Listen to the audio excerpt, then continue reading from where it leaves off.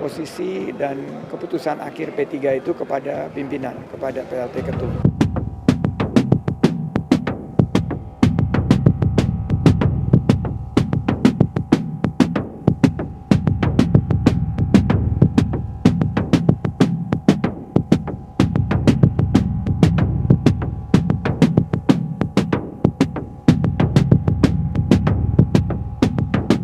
Pengetahuan saya di rapat terakhir yang dipimpin oleh Pak PLT Ketum bahwa diminta kepada semua kader menyerahkan posisi dan keputusan akhir P3 itu kepada pimpinan, kepada PLT Ketum yang akan menyampaikan.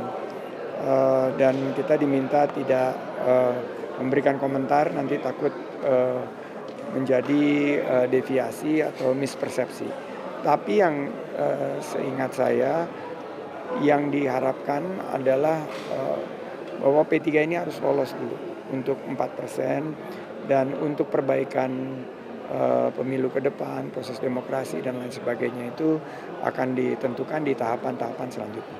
Mas, tapi kan kalau partai-partai lain itu sudah mulai menggulirkan tanda tangan begitu ya kalau di fraksinya di DPR. Tapi kalau di P3 sendiri sudah seperti atau sejauh apa sih pembicaraannya? Ada info juga bahwa ada pertemuan juga dengan Pak Mardiono dengan mengumpulkan beberapa orang begitu untuk bisa memastikan bahwa P3 ini ya tadi Mas Sandi bilang jangan komentar dulu. Ini artinya wait and see dulu, tapi wait and see-nya sampai kapan, Mas? Ini bisa dikonfirmasikan kepada Pak Mardiono, tapi berdasarkan rapat terakhir yang saya ikuti adalah proses internal dari P3 ini akan melalui beberapa tahapan.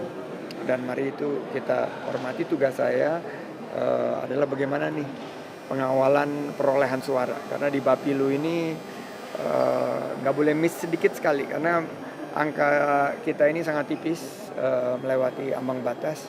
Kalau kita tidak betul-betul kawal, kita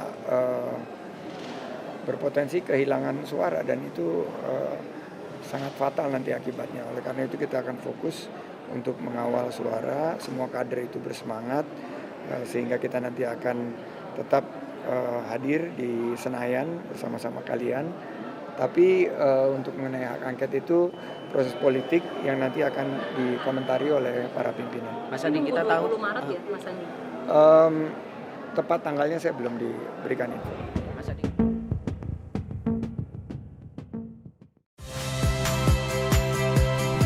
Saya Liviana Cerlisa. Saksikan program-program Kompas TV di siaran digital, pay TV, dan media streaming lainnya.